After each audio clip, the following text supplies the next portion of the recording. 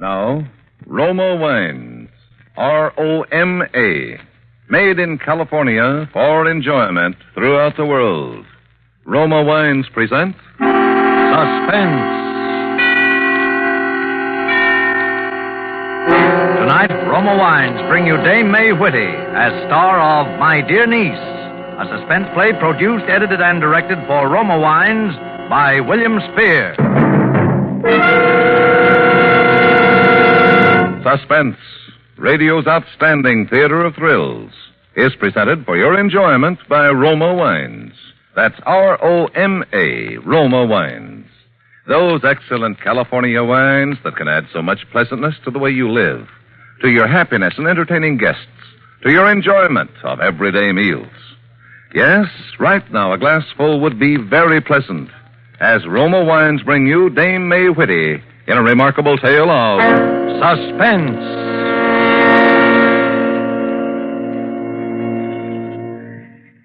My dear niece, I'm writing you this letter in explanation of certain recent actions of mine, about which you're probably curious. As you know, since that day 4 years ago when your dear uncle died, may he rest in peace, I've been living a busy, if lonely, life. Fortunately, in a city as small as Hilton, one has many friends, but they in no way could make up for the loneliness I felt. As you recall, you were continually urging me to try to get some sort of a position.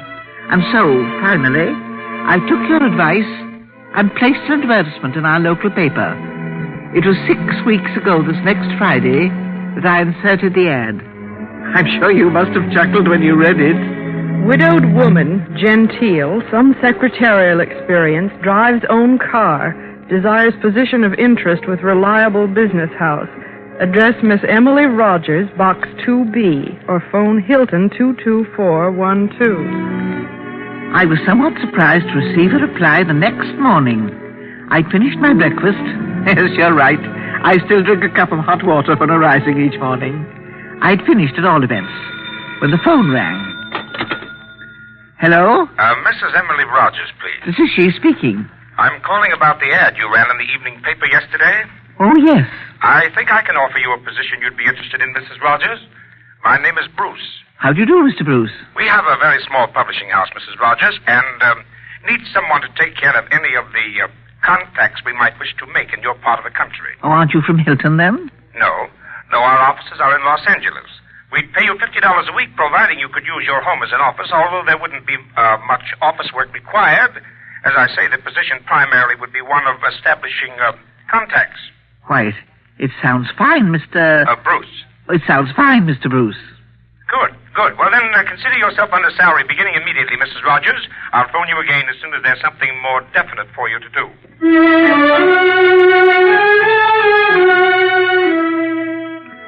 And that's how I got the job. I assumed naturally that I would immediately receive instructions from Mr. Bruce as to how I should go about establishing contacts.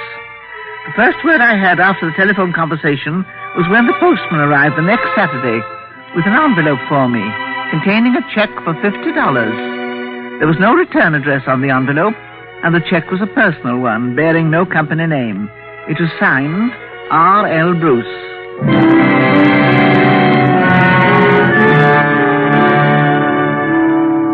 3 weeks went by in this fashion. Each Saturday I would receive the $50 check in the mail, but always the envelope was without a return address, and the check was a personal check. All the envelopes were postmarked Los Angeles, but other than that I haven't the smallest clue as to the identity of the company by which I was employed. I've always believed that money is very precious, and as your uncle, may his soul rest in peace, used to say, no self-respecting person would accept it without doing a lick of work for it. I was dissatisfied with the arrangement. I would tell this Mr. Bruce when he phoned that I wished to resign my position with his small publishing house. It was on the Wednesday, after the arrival of the third check, that I again received a telephone call from Mr. Bruce. He was charming, as he'd been on the first call. And before I had the chance to tell him of my wish to resign... Well, I have your first assignment for you, Mrs. Rogers. Oh, I wanted to talk to you about that, Mr. Bruce. Oh, getting impatient, were you? Well, this will keep you busy for a while. Really? Yes, Mr. Paul Stevens will arrive in Hilton this afternoon. Now, he's one of our most promising new authors, and I'm going to have to ask a big favor of you, Mrs. Rogers. Why, what sort of a favor, Mr. Bruce? Well, Mr. Stevens has some rewriting on a novel we plan publishing in a few months, and too many people interrupt him here in Los Angeles, so I wonder if you could put him up at your home until he finishes. Why, I don't know. Oh, he'll be no bother, Mrs. Rogers, and of course, all expenses will be covered. He has an awful lot of work to do. Well, yes, I suppose I could. Oh, that's fine. It's just a place for him to get away. Oh, and one more favor. Yes? Just so we're sure he's not bothered. Please don't tell anyone he's staying with you.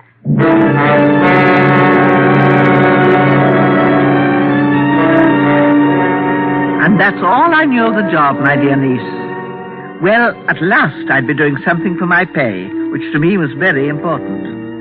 I waited around the house all day, afraid to leave, even to do my shopping, for fear I'd miss the telephone call from Mr. Stevens. It was quite late in the afternoon, almost 5 o'clock, when the telephone rang. Hello? Mrs. Rogers? This is Mrs. Rogers. This is Paul Stevens, Mrs. Rogers. Oh, yes, Mr. Stevens. I've been expecting your call. Where are you? I'll come and pick you up. Oh, that's very kind of you. I'm at the corner... Oh, just a minute.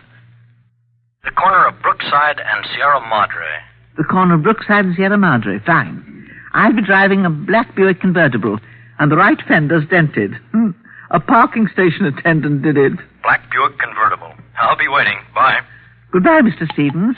Oh, Mr. Stevens. Oh. I remembered I hadn't asked Mr. Stevens what he looked like, so that I would be able to recognize him. Oh, but then I thought that Brookside and Sierra Madre is not a busy intersection, and that the chances of there being more than one stranger at the corner were slight. I left the house immediately and drove through town to where Brookside crosses Sierra Madre. The first nervousness I felt was when arriving at the corner, I found myself faced with this problem of identification. There were many cars and a rather large and excited crowd gathered at the corner. Come on now, stand back, everybody, please. Oh, hello there, Mrs. Rogers. Officer, what's happened? A hit-and-run accident a few minutes ago. Oh, how dreadful. Who was hit? A man about 35. No one I know. Was he badly hurt? He's dead. Oh, that's awful. Yeah. Oh, please, now back. Officer, I was supposed to meet someone, a gentleman here, a Mr. Paul Stevens. I don't suppose that this poor gentleman could be... Well, now, the ambulance will be here in a few minutes, Mrs. Rogers. I'll call you when we find out who it is, if you like. Would you? I'd be very grateful. I'll call you later. All right, now, please, kid, stand back. Will you? Mrs. Rogers? Yes? I'm sorry to have kept you waiting. I'm Paul Stevens. Mr. Stevens. Oh, I'm so relieved. Well, of course. Please get in. The accident upset me. I was afraid for a minute it was you. No, it wasn't me. Won't you get in? Thank you. Have you had your dinner? Yes, thank you. I'd like to go to your house, if you don't mind. Well, of course, Mr. Stevens. It won't take long.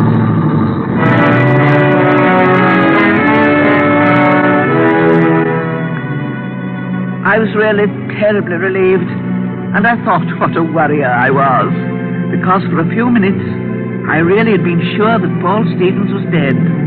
But now everything was fine. I tried making conversation with Mr. Stevens on the drive home, but he seemed tired and not inclined to talk. And so we drove quietly back through town and to my house. We went inside, and I showed Mr. Stevens up to his room, and then went into the living room to tidy up. The telephone rang as I was setting out some ashtrays. Hello? Hello, Mrs. Rogers. This is Officer Barnes. Oh, yes, officer. I'm glad you called. I wanted to tell you that I met checked that Mr. identification for you. Yes, that's what I wanted to tell you, officer. The name was Paul Stevens, all right. We had a handbill on him, is how we knew. He was wanted for a payroll robbery in L.A., and he wasn't hit by a car. He was thrown from a car. He was murdered. Hello?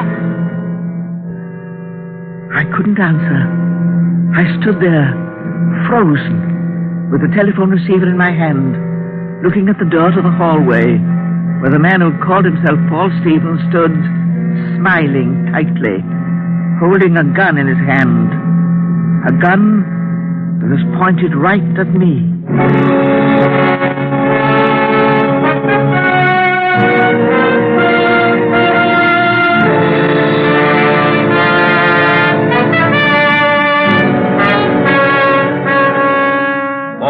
Suspense, Roma Wines are bringing you a star, Dame May Whitty, in My Dear Niece by Elliott Lewis. Roma Wines' presentation tonight in radio's outstanding theater of thrills, Suspense.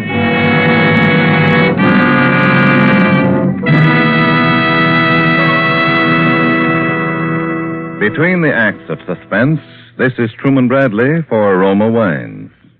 Entertaining graciously, smartly, and inexpensively is no problem to the millions of good hostesses who regularly serve Roma Muscatel. Because Roma Muscatel is a pleasureful taste delight with nuts or cake. A luxurious complement to dessert. It adds so much to friendly hours with guests. Yet Roma Muscatel costs only pennies a glass. Enrich your happy hours at home with Roma Muscatel. Enjoy often the distinctive muscat grape fragrance, warming golden radiance, and naturally sweet, mellow goodness. Like all Roma wine, Roma Muscatel is a true wine, crushed from choicest grapes, grown in California's finest vineyards, then unhurriedly guided to tempting taste perfection by the age-old skill of Roma's master vintners. Bottled at the famous Roma winery to bring you unvarying goodness always. Get Roma Muscatel tomorrow, now at the lowest prices in years. Remember, for uniformly fine quality at low cost, insist on Roma, R-O-M-A, Roma wine, made in California, for enjoyment throughout the world. And now, Roma Wines bring back to our Hollywood soundstage Dame May Whitty as Aunt Emily in My Dear Niece, a play well calculated to keep you in suspense.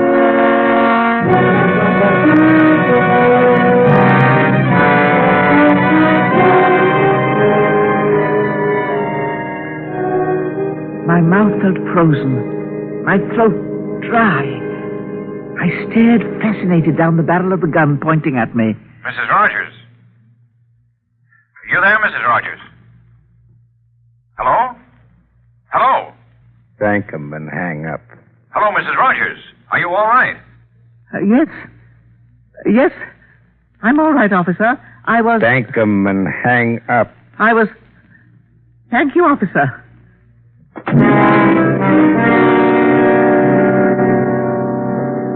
He walked away from me then and sat across the room where he could watch me and also see anyone who might come to the front door.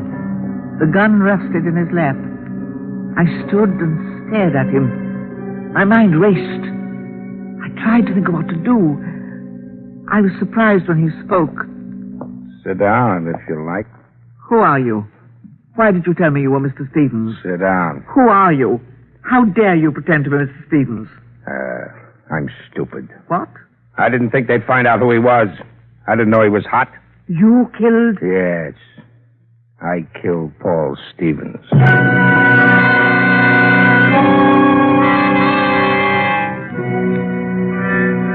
That's all he would say. I tried to find out who he was and why he'd chosen me and why he killed Mr. Stevens and what he was going to do next, but he wouldn't answer me. He wouldn't say anything. He looked over at me occasionally and smiled. It was beginning to get dark, and I got up to turn on the lights. What are you doing? It's dark. I thought I like it dark. My house doesn't look well in the dark. We'll be going out in a few minutes, Mrs. Rogers. Where are we going? Oh, we're going out for dinner, Mrs. Rogers. You're going to be my dinner guest. Why did the cop call you? How did you know he called me? The phone upstairs. I was expecting a call. Why did he call you? I thought you were dead. I thought Mr. Stevens was dead. All right. Get your face on, Mrs. Rogers. I have a very important engagement. We left the house then, got in the car, and drove to a restaurant I'd never been in before. It's on the highway, out past the other side of town, and has quite a bad reputation. The man didn't know where it was, but he knew the name. All the while I was trying to remember who he was. I say remember because there was something familiar about him. But what that something was, my dear niece, I couldn't for the life of me think. An attendant took the car when we arrived at the roadhouse, and we went inside. We just sat down at a table when a small and very thin, dark-complexioned man slid into the seat next to the man who wasn't Mr. Stevens. What are you doing here? I had to come. It didn't work. They found out who he was. Why didn't you stay hidden? She knows I'm not Stevens. The cop told her. You could stay at her house anyway, couldn't you? You have to come out where people can pick you up. Take it easy, Al. Nuts easy. What's the matter with you? Mary figures out a foolproof way for you to get rid of a guy and hide out right under the cops' noses, and then you go and louse up the whole deal. It's not loused up. It will be if you don't get away quick. Maybe. Oh, I don't think you've met Mrs. Rogers. Mrs. Rogers, this is Mr. Al Newholt, who owns this restaurant. Yes. I Look, you better get back to L.A. What good would it do? Have you got any contacts in that part of the country? Suddenly, I knew who the man was. Because as he talked to Al, I remembered that voice. We need someone to take care of any contacts we might wish to make in your part of the country. It was Mr. Bruce. The same Mr. Bruce who'd given me my job and sent me the checks, and who'd called me that morning and told me to expect Mr. Stevens that afternoon and to put up Mr. Stevens at my home for a while. How did they find out? What? You said they found out who he was. How? It was hot. They had pictures and prints on him. I dumped them at the corner just before I met her. You're Mr. Bruce. He did that payroll job now. What did you say? He's Mr. Bruce. Well, that's very good, Mrs. Rogers. How did you know? I just remembered your voice. It doesn't make any difference. You know too much about this anyway. Doesn't make any difference?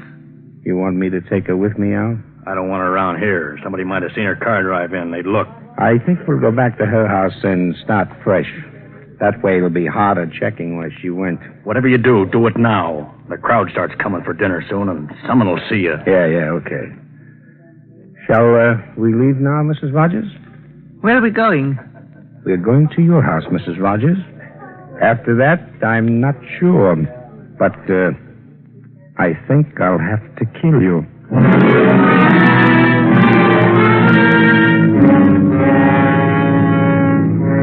We left then. I can't describe my fright. But it all seemed so hopeless that I suppose I was more resigned than frightened. We drove back through town, Mr. Bruce sitting very quietly next to me in the front seat. My car's not new, as you know, and although I often have trouble with it, I never before had the horn stick. But that night it stuck, right on the corner of Brookside and Sierra Madre. Stop blowing your horn. I'm sorry, Mr. Bruce. I'm not blowing my horn. It's gotten stuck. Stop the car. Stop the car. Now, stay where you are and don't try to drive away, see? Yes, I see.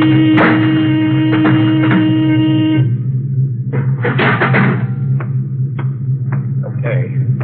Let's get out of here.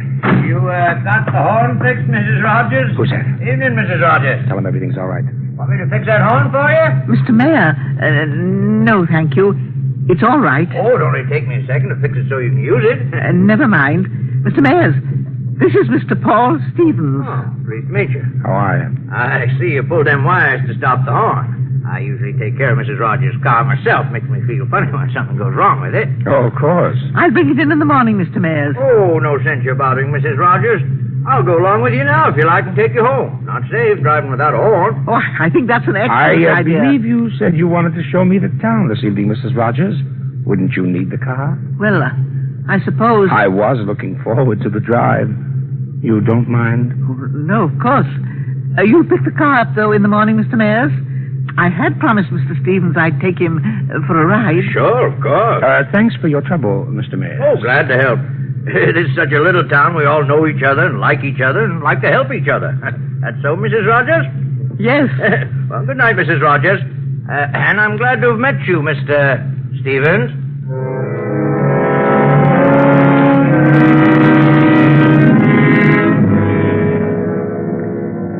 The rest of the drive was uneventful.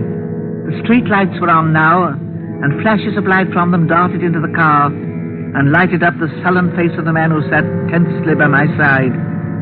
I tried to remember all the conversations I'd had with him, to find the reason for his choosing me out of all the people who must have placed advertisements that day as the person with whom he would hide out.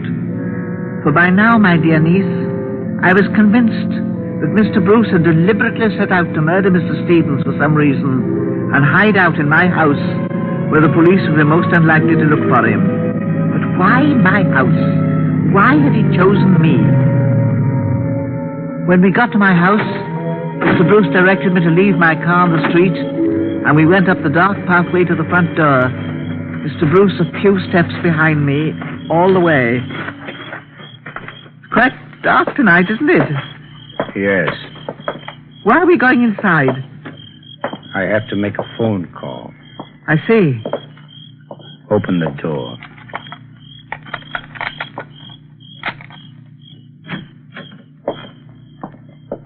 Douse that light. Pardon me? Turn off the light. Oh, sorry. Now, pull the blinds down on that window. Yes.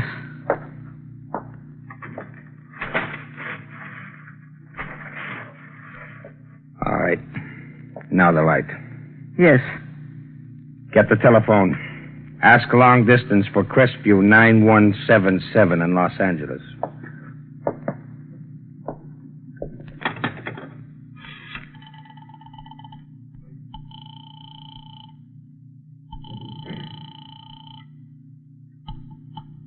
Operator. I'd like long distance, please. Crestview 9177 in Los Angeles. Crestview 9177. One moment, please. Los Angeles. Hilton calling Crestview 9177. Crestview 9177. One moment, please.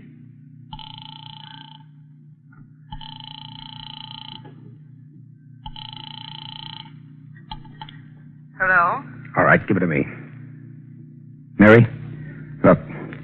Meet me at Al's as soon as you can get here. Something's wrong. No, I'm all right. I'll tell you later. Get here fast. Now, you got any pets you want to feed before we leave? Where are we going? Oh, a little trip. You ready to go? Don't answer that. It might be the operator calling back. She'll wonder. Okay. Answer it. But I'm right here. Hello? Mrs. Rogers, this is Officer Barnes. Say, oh, yes, operator. Oh, yes, operator. Is he still there? Say yes or no, operator. Yes, operator. Well, stall him a while. We're coming after him. Thank you, operator.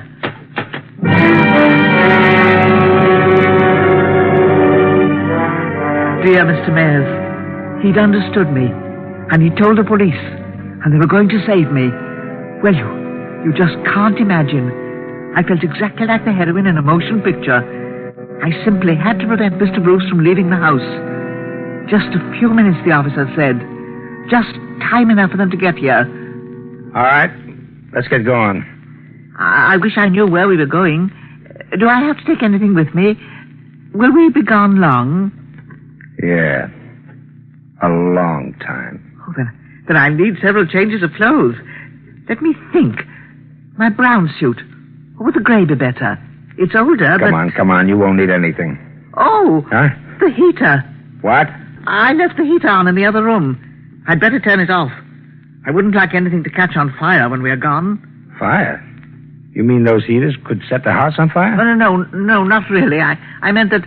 Well, I'd rather not pay a gas bill that's been run up against me because I neglected to turn the heater off. All right, but make it fast.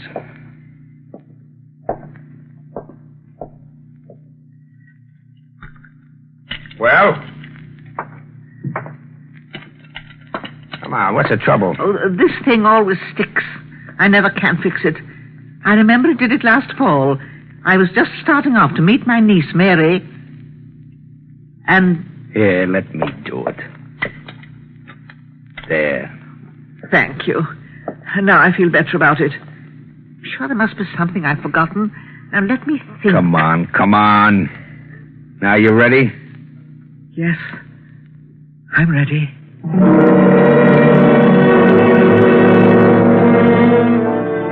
It was quiet on my street, peaceful and dark. All the neighbors' lights were out, except for the Gaineses across the way. One light was on upstairs in the back of their house. It threw a diffused pattern diagonally across the pavement, and I thought for a minute that I saw a figure move suddenly toward us. Mr. Bruce motioned to me to go ahead, and I walked slowly down the path towards the car. I could feel Mr. Bruce a few steps behind me. Suddenly, it happened. Hold him high, Bruce. What? Get down, Mrs. Rogers. What? Oh, there you are.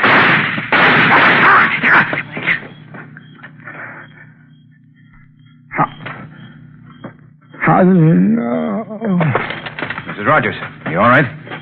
Yes, I'm all right. Thank you. I'm all right.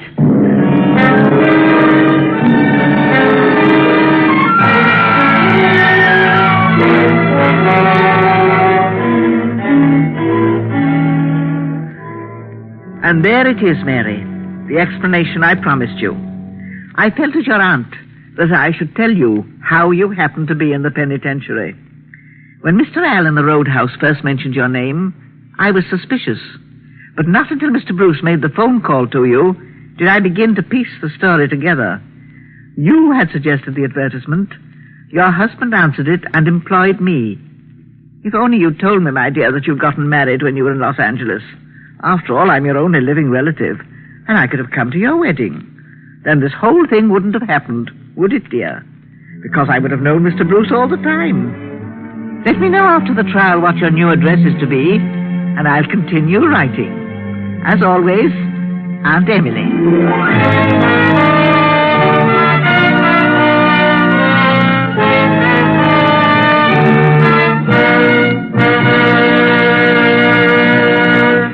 Suspense.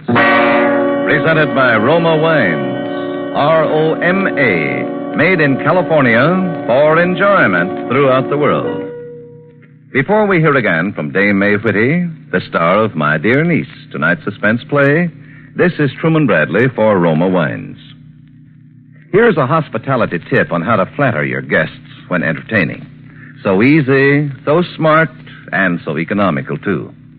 Famed hostess Elsa Maxwell offers this suggestion from her own great entertaining experience.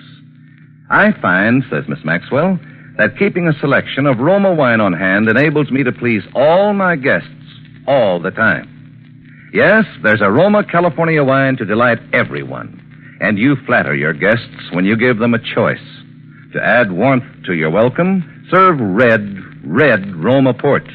Perfect at the end of a meal, too. Many prefer glorious gold and amber Roma sherry. Others, the rich, distinctive fragrance and taste of golden Roma muscatel, or the flame-bright radiance of Roma Tokay. And you can afford all these Roma wines easily, for Roma is now at the lowest prices in years. No other wine offers you so much for so little. Get Roma wine tomorrow. Insist on Roma. ROMA. Roma wine. Discover for yourself why more Americans enjoy Roma than any other wine. This is May Whitty.